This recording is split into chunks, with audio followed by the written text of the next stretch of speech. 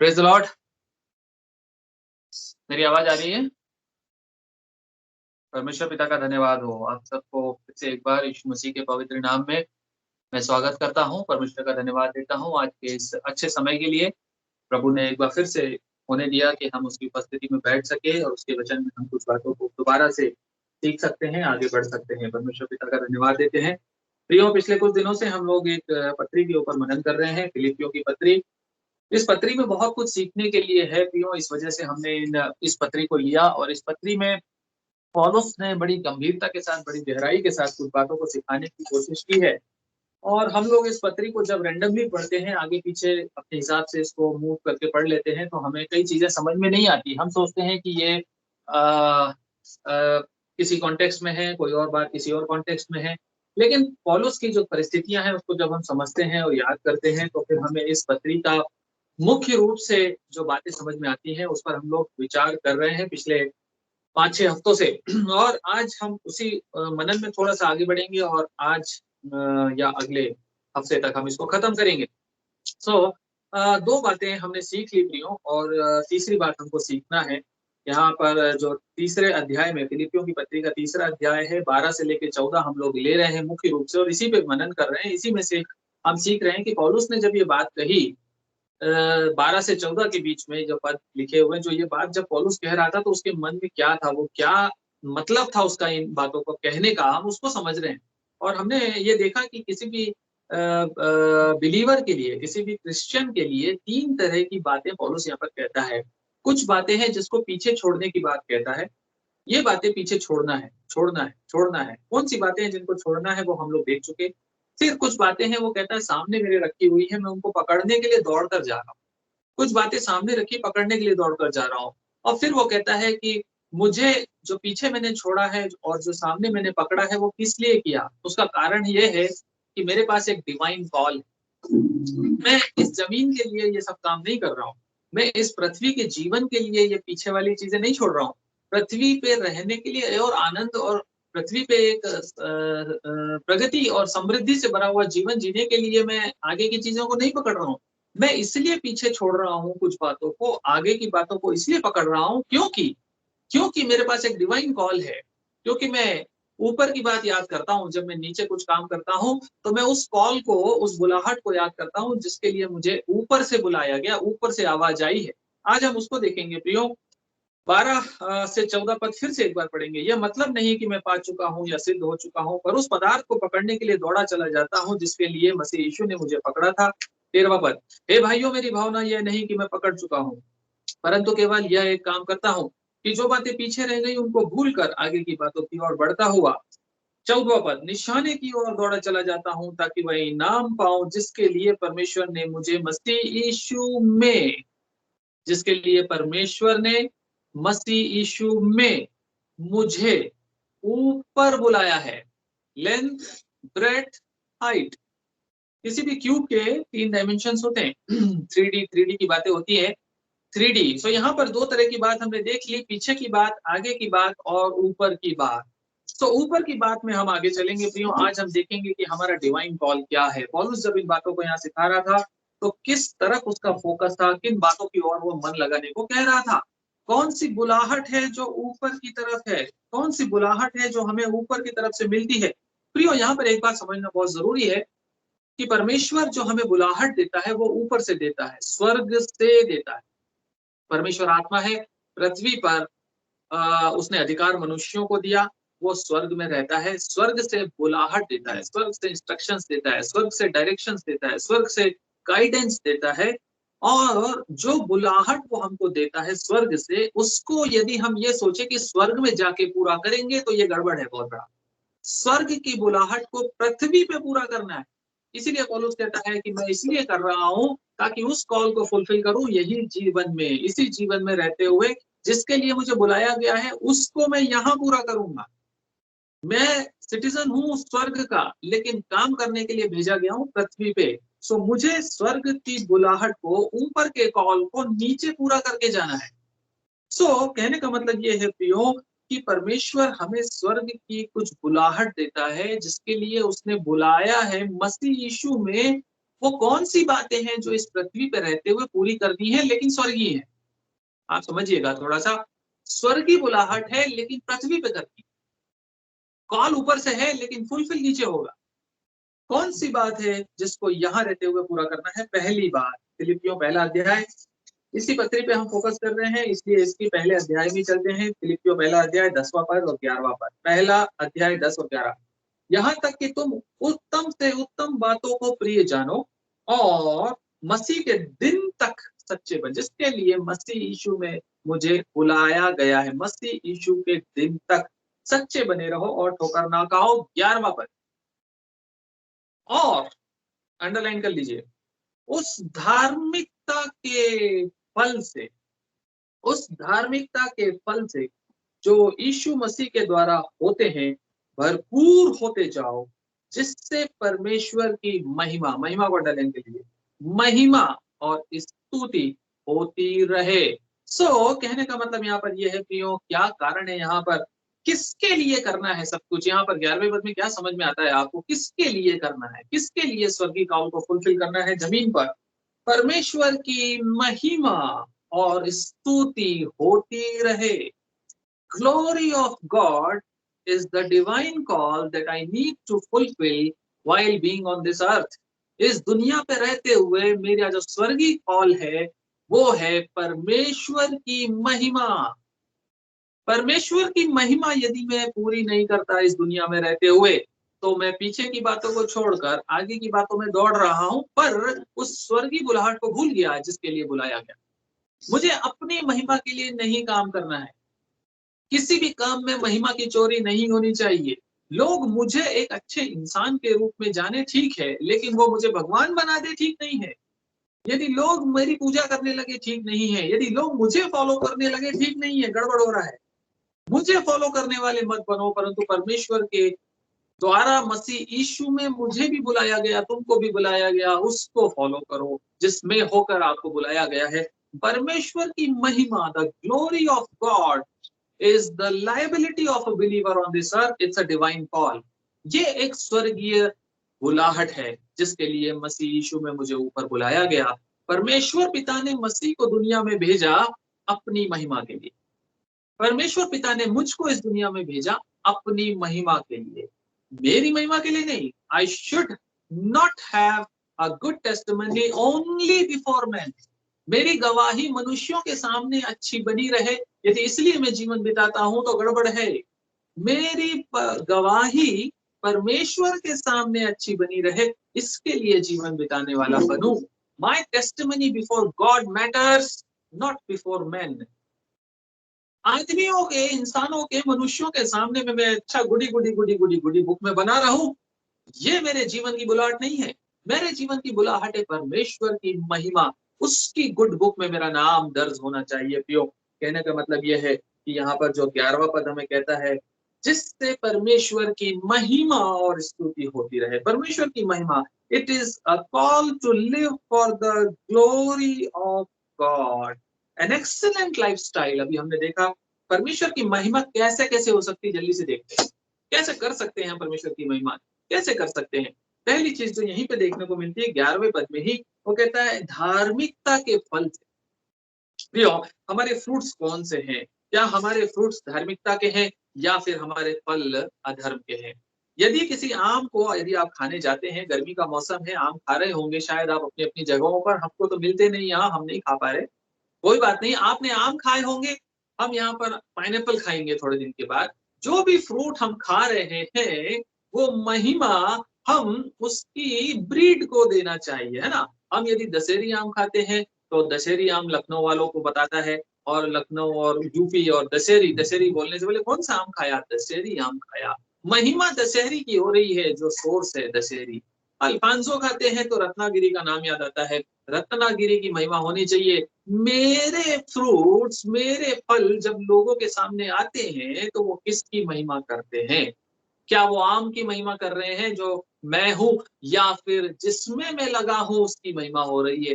पेड़ की महिमा और ब्रीड की महिमा और बीज की महिमा और उस जाति की के मालिक की महिमा होनी चाहिए जिसने आपको बनाया। प्रियो, हम हमारे अंदर धार्मिकता के फल लगने चाहिए। यदि हम धार्मिकता के फलों से लदे हुए नहीं हैं, तो हम परमेश्वर की महिमा नहीं कर रहे, हम शैतान की महिमा के लिए जिंदा हैं। हम हम शैतान के लिए जीवन बिता रहे हैं, यदि हमारे फलों में धार्मिकता का कोई अंश नहीं है।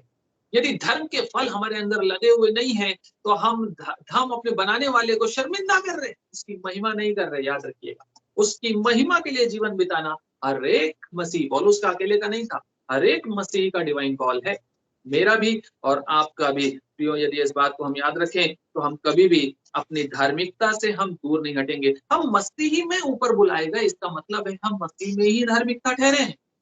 हम अपने कामों से धर्मी नहीं बन सकते थे, हम अपने अच्छेपन से, अच्छे गुड लुकिंग फेस से, अपने अच्छे पैसे से, अपने अच्छे मकान से, अपनी अच्छी पर्सनैलिटी से हम धर्मी नहीं ठहरे हैं।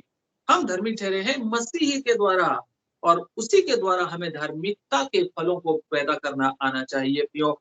और यहाँ पर इस प्रकार लिखा हुआ रोमियो की पत्री में इसी पौलुस ने लिखा है, रोमियो की पत्री और 5वां अध्याय 18 पद, रोमियो 5:18-19 में कहता है, इसलिए जैसा एक अपराध सब मनुष्यों के लिए दंड की आज्ञा का कारण हुआ, वैसा ही एक धर्म का काम किसने किया? मसीही ने किया, और उसकी वजह से मैं भी धार्मिकता ठहरा, उसकी वजह से मैं भी धर्मी ठहर गया बिना कुछ किए, क्योंकि उसने कर दिया।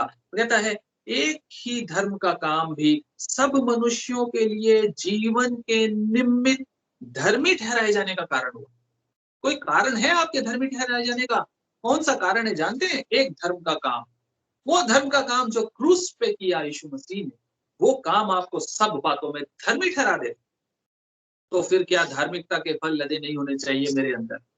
यदि मैं बिना कुछ लिए दिए सेत मेत बचाया गया हूं, तो क्या मैं फ्री ऑफ कॉस्ट में फलों को प्रोड्यूस करना शुरू नहीं करना चाहिए मुझे?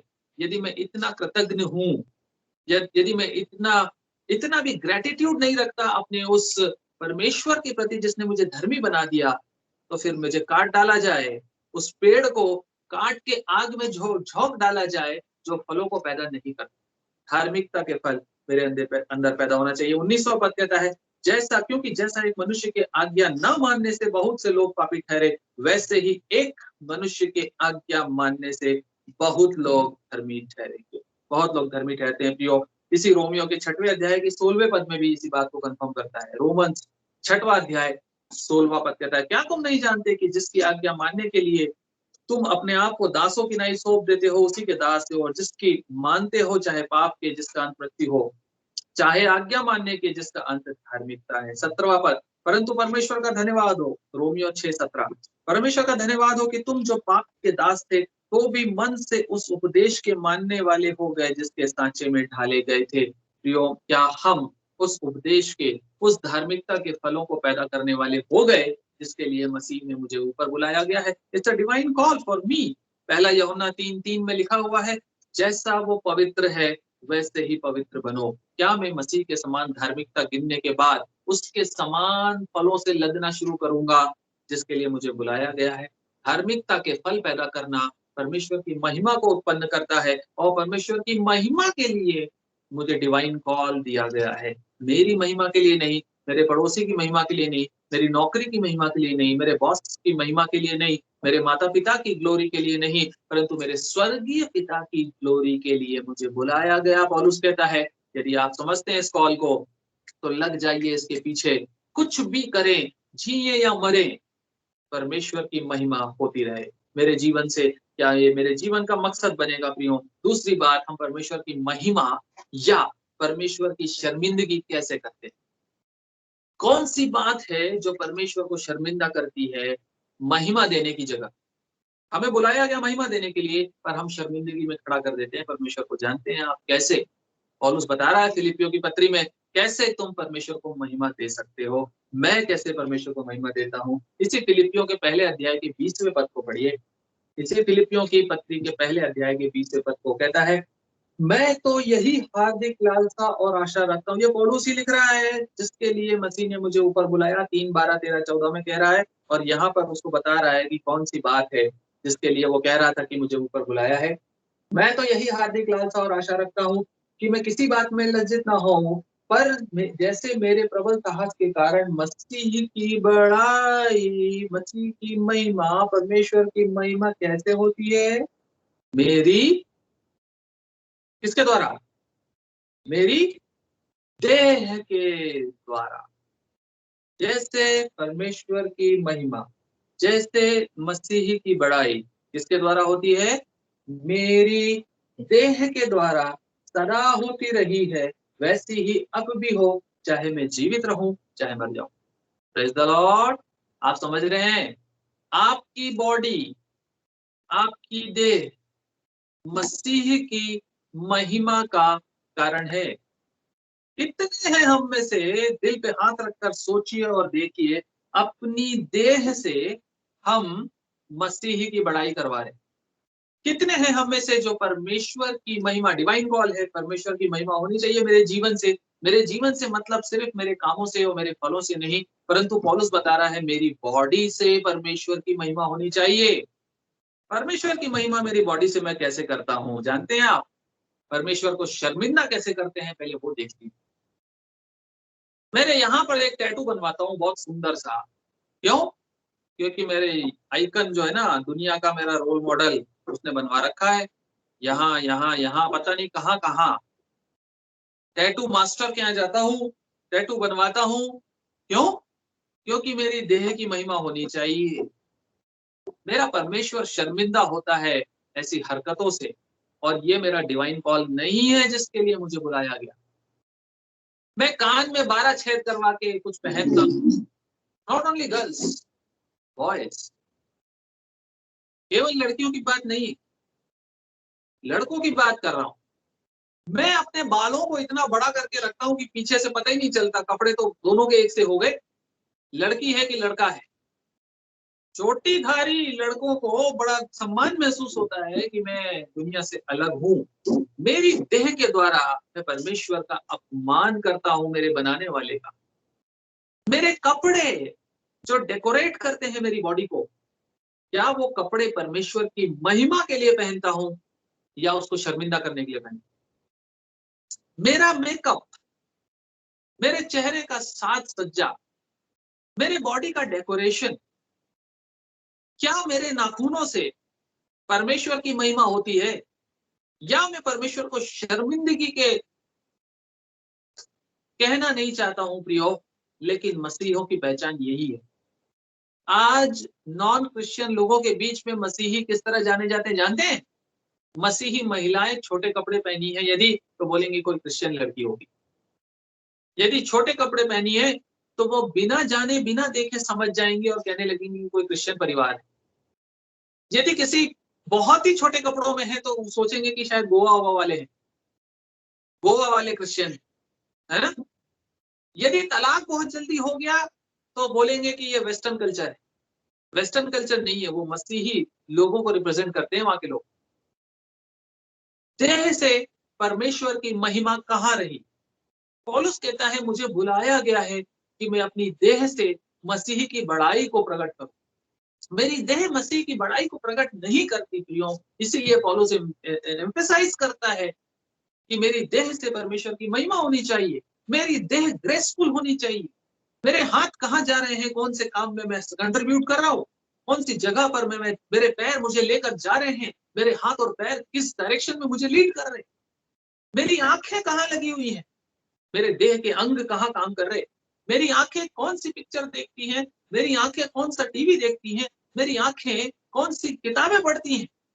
ये डिसाइड करता है कि मेरी देह परमेश्वर की महिमा के लिए है या परमेश्वर को लज्जित करने के लिए है। क्यों? मैं डिवाइन कॉल को फुलफिल नहीं करता जिसके लिए मसीह में मुझे ऊपर बुलाया गया। मैं दुनिया की रंगीनियों में खोया हुआ हूँ, मैं दुनिया की बातों में खोया हुआ पियो। मेरे जीवन से परमेश्वर की महिमा होने पाए, मेरे गाने और मेरे नाचने से, और मेरी सेल्फीज, वाह, जिसको मैं फेसबुक पे डालता हूँ अनलिमिटेड पब्लिक व्यूइंग के लिए। मेरी सेल्फीज, परमेश्वर ने मुझे दो कान नहीं दिए घोड़ों के समान, लेकिन मैं लगा लेता हूँ क्योंकि ऐप मुझे बनाने की परमिशन देता है। ऐसे एप्लीकेशन है जो मुझे मेरी आंखों को भद्दा बना देते, मेरी नाक को मोटा बना देते, मेरे कानों को लंबा लंबा कर देते, और मैं फेसबुक पे डालता हूँ और लाइक्स का वेट करता हूँ कितने लाइक्स मिले मुझे। ये मेरी महिमा है, ये मेरी बॉडी का यूज है, यूटिलाइजेशन है परमेश्वर की महिमा के लिए। क्या ये होना चाहिए? क्या पौलुस इसी की बात कर रहा है क्या? क्या मेरे स्पाउट करने के बाद सेल्फी लेने से कुछ कहना बेकार है प्रियो? आप सब जानते हैं, ज्यादा टाइम लेंगे तो समय खत्म हो जाएगा।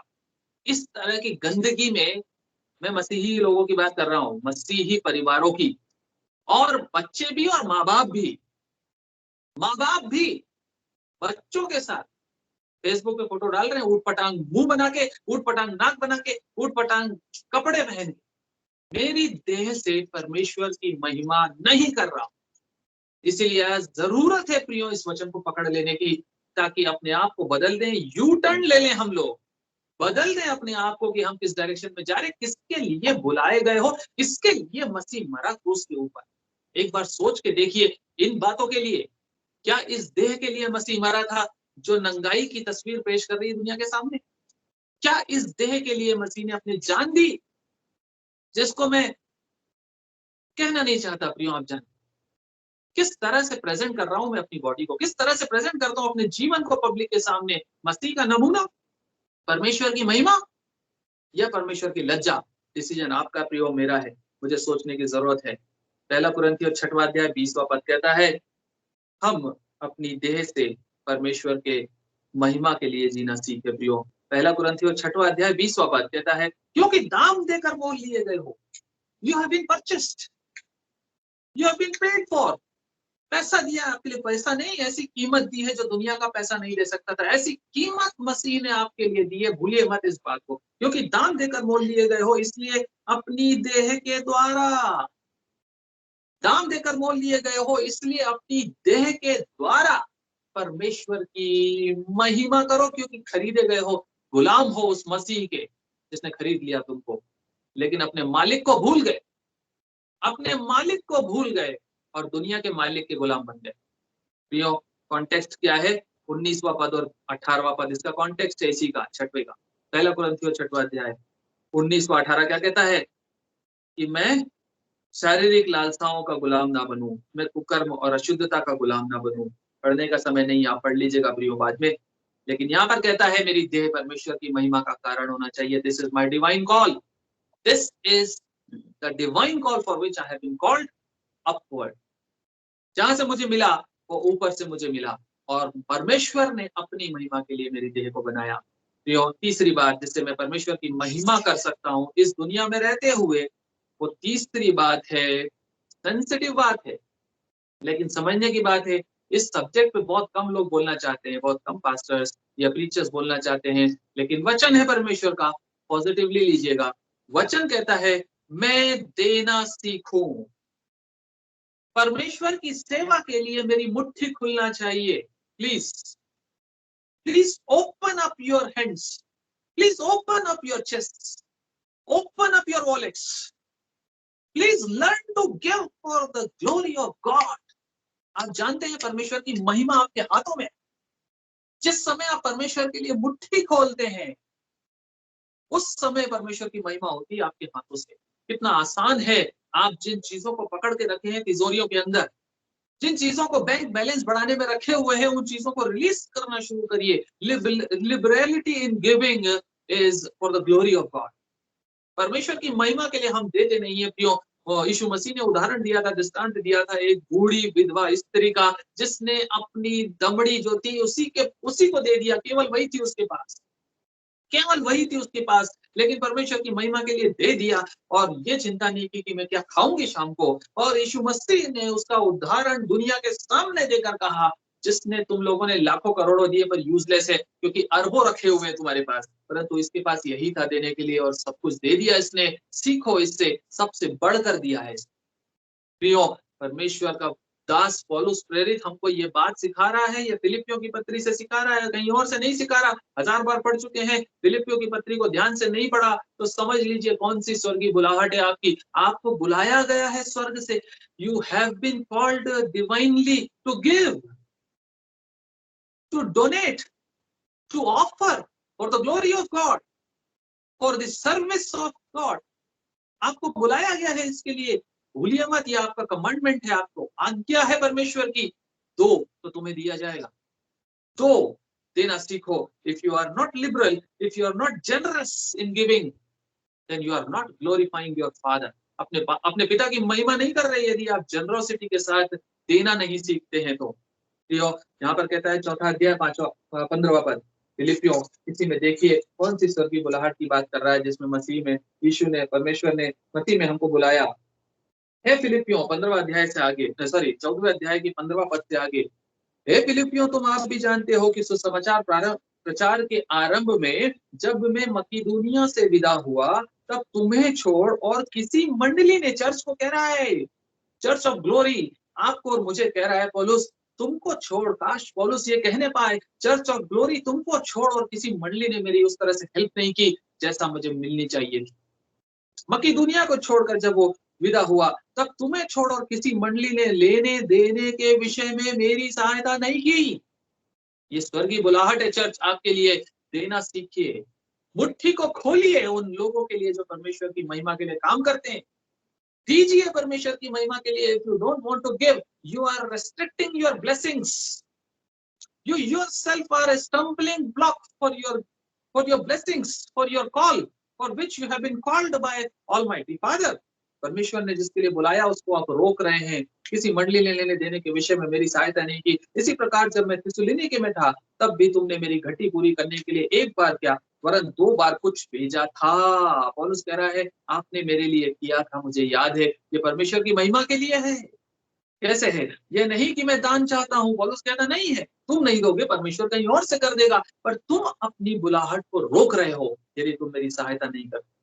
यदि हम परमेश्वर के दासों के लिए मुट्ठियां नहीं खोलते, हम परमेश्वर की महिमा में आड़े आ रहे हैं। ध्यान रखिएगा इस बात, ध्यान रखिएगा। मन को कभी भी कंट्रोल में मत रखिए इस मामले में, इस मामले में कभी मत रोकिए अपने आप को। यदि परमेश्वर का आत्मा आपसे कहता है इसी समय इसकी मदद कर, उसी समय करना है, आगे पीछे मत सोचना, क्योंकि जो बुलाने वाला है वो उन सबसे बड़ा है जिसके लिए आप कर रहे हो। जो पैसा आप दे रहे हो उस पैसे का सोर्स, जो सहायता आप कर रहे हो उसका सबसे बड़ा स्रोत आपसे कह रहा है कि कर दो।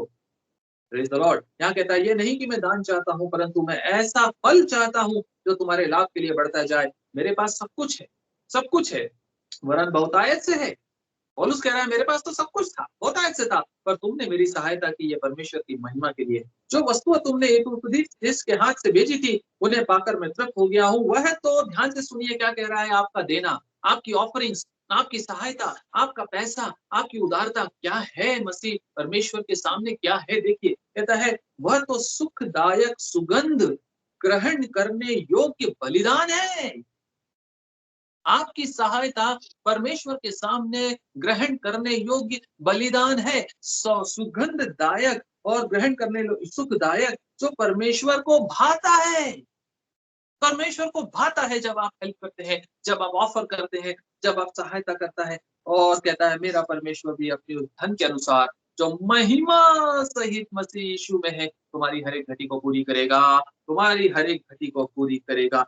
Don't hold back yourself when you are called to offer। जब आपको बोला जाए ऑफर करने के लिए अपने आप को रोकिए मत। मेहरबानी से मकीदुनिया की चर्च था, ये फिलिपियों का चर्च जो मकीदुनिया में था, और मकीदुनिया के इस चर्च को प्रेज कर रहा है पौलुस, कह रहा है हे फिलिपियों चर्च, तुमने जैसी सहायता की वैसी सहायता मुझे और कहीं नहीं मिली। दूसरा कुरिन्थियों 8वां अध्याय यहाँ पर फिर से इस बात को कंफर्म करता है। दूसरा कुरिन्थियों 8वां अध्याय और उसका 1 से 3 पद। दूसरा कुरिन्थियों 8वां अध्याय 1 से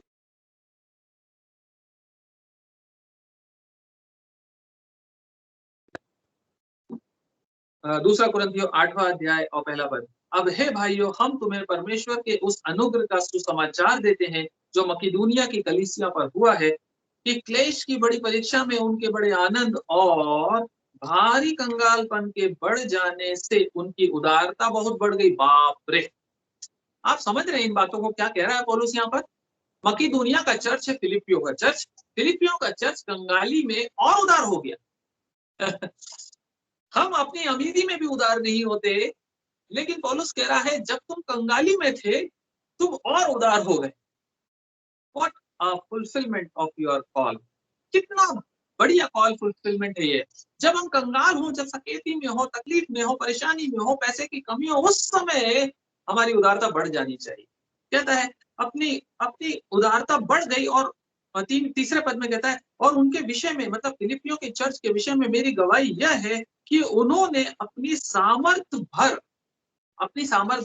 वरन सामर्थ से भी बाहर मन से दिया है।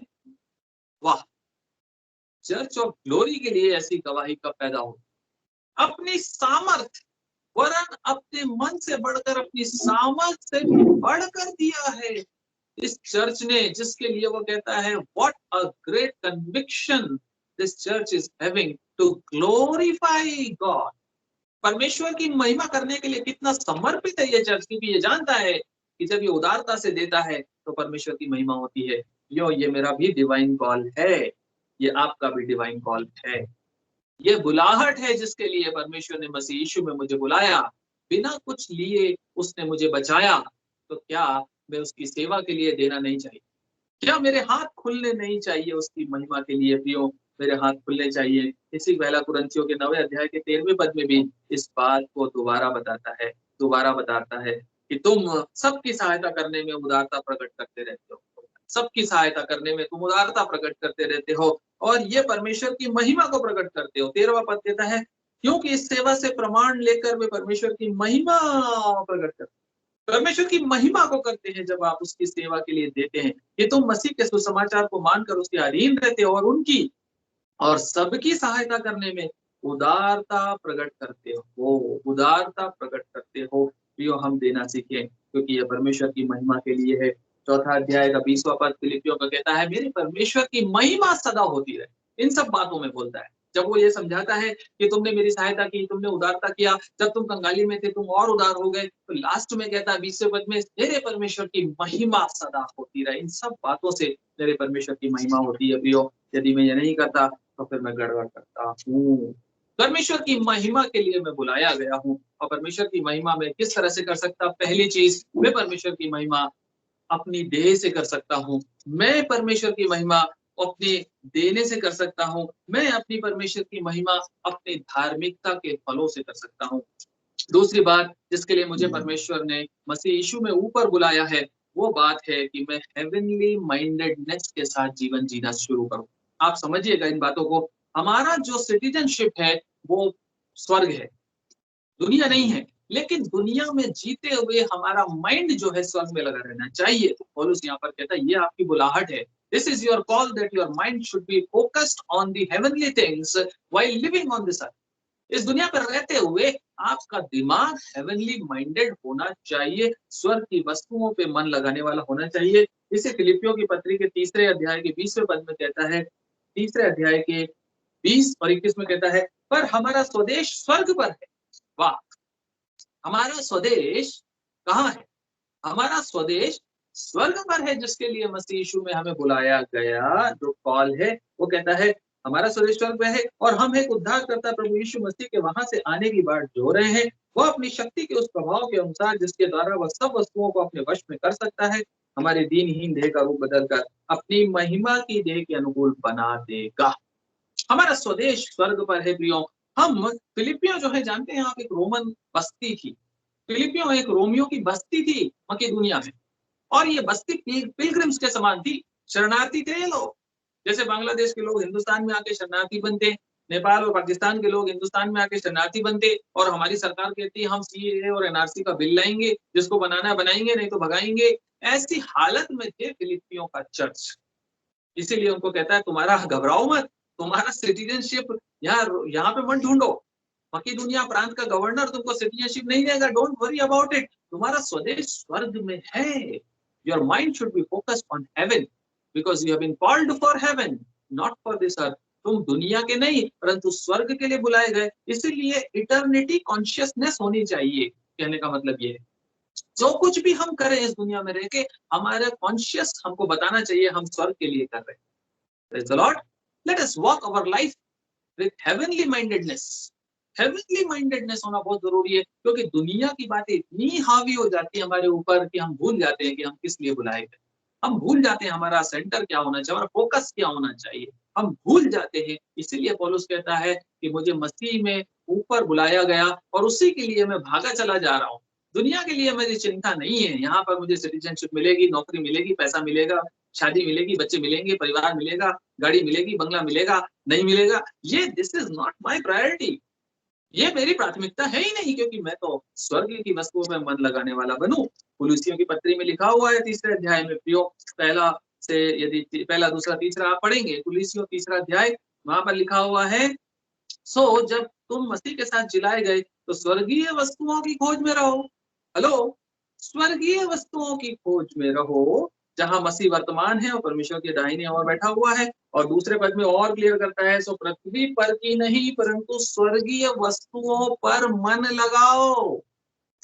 स्वर्गीय वस्तुओं पे मन लगाओ मेरे भाइयों और बहनों, क्योंकि तुम स्वर्ग के लिए बुलाए गए हो प्रियो। इसका मतलब क्या है? इसका मतलब क्या ये है कि हम पृथ्वी की बिल्कुल चिंता ना करें? तो पौलुस उसको भी क्लियर करता है 4 अध्याय के 6वें और 7वें में कि स्वर्ग की वस्तुओं पे मन लगाना है और पृथ्वी की वस्तुओं को क्या करना है? पृथ्वी की चीजों को फिर क्या करना है? तो 4 अध्याय के 6वें पद में यहाँ पर कहता है, किसी भी बात की चिंता मत करो। फिनिश।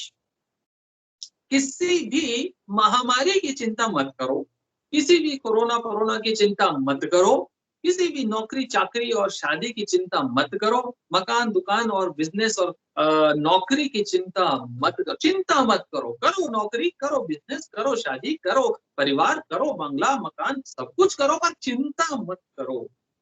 यहाँ पर कहता है, परंतु हर एक बात में तुम्हारे निवेदन, प्रार्थना और विनती के द्वारा धन्यवाद के साथ परमेश्वर के सामने प्रेजेंट किए, उपस्थित किए जाएं। मन लगाओ स्वर्गीय वस्तुओं पर और प्रस्तुत करो पृथ्वी की चीजों को स्वर्गीय पिता के सामने। What a call, wonderful call given by Paul to all the believers of this earth, not only to the church of Philippians. Church Philippians का है, लेकिन एड्रेस सारे चर्चेस के लिए है। क्या मैं और आप परमेश्वर के सामने धन्यवाद के साथ इन निवेदनों को रखने वाले बनते हैं या नहीं? Be anxious for nothing, he says. Nothing. Nothing should develop an anxiety. Nothing should bring you under an anxiety attack. Nothing. But everything should be submitted before God with thanksgiving. धन्यवाद के साथ हर एक निवेदन परमेश्वर के सामने प्रस्तुत किया जाए। यही आपका डिवाइन कॉल है। प्रार्थना करो और धन्यवाद करो, यही आपका डिवाइन कॉल है। एक और बात हम सीखकर खत्म करना चाहेंगे प्रियो। कहता है तुम्हारा मन जो है किसमें लगना चाहिए? स्वर्गीय बातों में। स्वर्गीय बातें कहाँ है? पुनरुत्थान में। 3 अध्याय इसी का, फिलिपियों का, और उसका 10 और 11 इस बात को कंफर्म करता है। पौलुस यहाँ पर स्पष्ट कहता है, ताकि मैं 3:10, ताकि मैं उसको और उसके मृत्युंजय की सामर्थ को और उसके साथ दुखों में सहभागी होने के मर्म को जानूं और उसकी मृत्यु की समानता को प्राप्त करूं। 11वां पद, कि मैं किसी भी रीति से मरे हुओं में से जी उठने के पद तक पहुंचू। By any way I should reach to the level of resurrection. आप समझ रहे हैं? मैं पुनरुत्थान के लेवल तक किसी भी रीति से जाना चाहिए मुझे। My mind should be focused on resurrection. My aim and my focus should be resurrection. Will I be resurrected within Christ? क्या मैं मसीह के समान, मसीह के लिए पुनरुत्थित होऊंगा या नहीं? ये मेरा फोकस होना चाहिए। और प्रेरितों के काम में कहता है, हम रात दिन अपने पुनरुत्थान पे मन लगाए रहते हैं। ऐसा कहता है 26वें अध्याय के 6 प्रेरितों के काम। कहता है हम अब रात दिन इसी पे मन लगाए रहते हैं कि क्या हमारा पुनरुत्थान मसीह में होगा या नहीं होगा। This is my divine call. इसके लिए मसीह यीशु में परमेश्वर ने मुझे ऊपर बुलाया है। दुनिया के बाकी तितम्बों में पढ़ने के लिए नहीं बुलाया मुझे।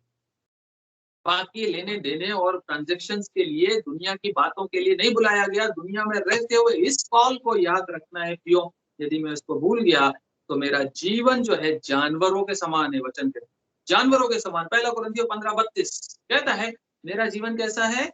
जानवरों के समान है। यदि मैं पुनरुत्थान के लिए आशा नहीं रखता, यदि मैं पुनरुत्थान की आशा नहीं रखता, तो जैसे जानवर मरकर पुनरुत्थान नहीं होंगे, वैसा ही हूं मैं। क्या मैं जानवरों के समान जीवन जी रहा हूं? कहता है 15:32 में, यदि मैं मनुष्य की रीति पर इफ्सुस में वन पशुओं से लड़ा तो मुझे क्या लाभ हुआ? यदि मुर्दे जिलाए नहीं जाएंगे तो आओ खाए पिए, क्योंकि कल तो मर ही जाएंगे, मर ही जाएंगे, कल तो मर ही जाएंगे। फिर इसी 15 के 19 में कहता है, यदि इसी जीवन में हम मसीह से आशा रखते हैं तो हमसे बड़ा अभागा कोई नहीं। यदि इसी जीवन में हम मसीह से उम्मीद रखते हैं, 15-19 कहता है, इसी जीवन में यदि हम मसीह से उम्मीद रखते हैं, आशा रखते हैं, तो हम अभागे हैं, अनफॉर्चुनेट। कितने अनफॉर्चुनेट हैं हम, यदि हम इसी जीवन में मसीह से आशा रखते हैं, तो हम अपने डिवाइन कॉल को पूरा करने के लिए दौड़ें। हम अपने डिवाइन कॉल को फुलफिल करने के लिए बुलाए गए। हमारा स्वर्गीय कॉल जो पौलुस समझाता है फिलिपियों की पत्री में, वो मेरे आपके सबके लिए है। पहला कॉल है परमेश्वर की महिमा, और परमेश्वर की महिमा करने के 3 तरीके पौलुस इस पत्री में बताता है। पहला तरीका है धार्मिकता के फल जो मेरे अंदर लगे होने चाहिए। दूसरा तरीका है मेरी देह। पिछली बार उसने कहा था ना, हमने समझा था, मैं अर्ज के समान उड़ेला जाता हूँ, मेरी देह के मारे और कूटे जाने से परमेश्वर की सामर्थ सिद्ध होती। मेरी निर्बलताओं में परमेश्वर, मेरी देह परमेश्वर की महिमा का कारण होना चाहिए। तीसरी चीज है मेरी ऑफरिंग्स, मेरी मुट्ठी खुलनी चाहिए परमेश्वर की महिमा के लिए। पौलुस सिखाता है फिलिपियों में, यदि मुट्ठी खोलना नहीं सीखा तो उस डिवाइन कॉल के आड़े आ रहे हैं हम लोग। ध्यान रखिएगा, परमेश्वर को आपके पैसे या आपकी संपत्ति की जरूरत नहीं है, नहीं है। समझ लीजिए इस चीज को अच्छे से, आप जानते पर भूल जाते हैं हम लोग। परमेश्वर आपके पैसे का प्यासा नहीं है। परमेश्वर आपको डिसिप्लिन करना चाहता है आत्मिक क्षेत्रों में। आपके डिसिप्लिन के लिए आप देते हैं, परमेश्वर की महिमा के लिए आप देते हैं। यदि परमेश्वर की महिमा करना नहीं सीखेंगे देकर, कैसे सीखेंगे? उसके बाद हमको सिखाता है, हमारा डिवाइन कॉल है, हम इटर्निटी कॉन्शियसनेस के साथ जिंदगी जिए। हमारा स्वदेश स्वर्ग पर है, हम उसकी बातों पे मन लगाएं, हम पृथ्वी पर की बातों पे सम्मोहित ना हो जाए, सब कुछ भूल भाल के दुनिया में गोल मोल ना हो जाए। हमारा मन स्वर्गीय वस्तुओं पर लगा रहे, हमारा मन पुनरुत्थान पे लगा रहे, हमारा मन मसीह के साथ अनंत जीवन की आशा पे लगा रहे। यदि हम इस आशा में जिंदगी नहीं बिताते तो हम जानवरों के समान हैं, अभागे हैं। यदि हम मसीह से केवल केवल इसी दुनिया की आशीषों के लिए जीवन बिताते हैं तो हम सब बातों में सबसे अभागे हैं।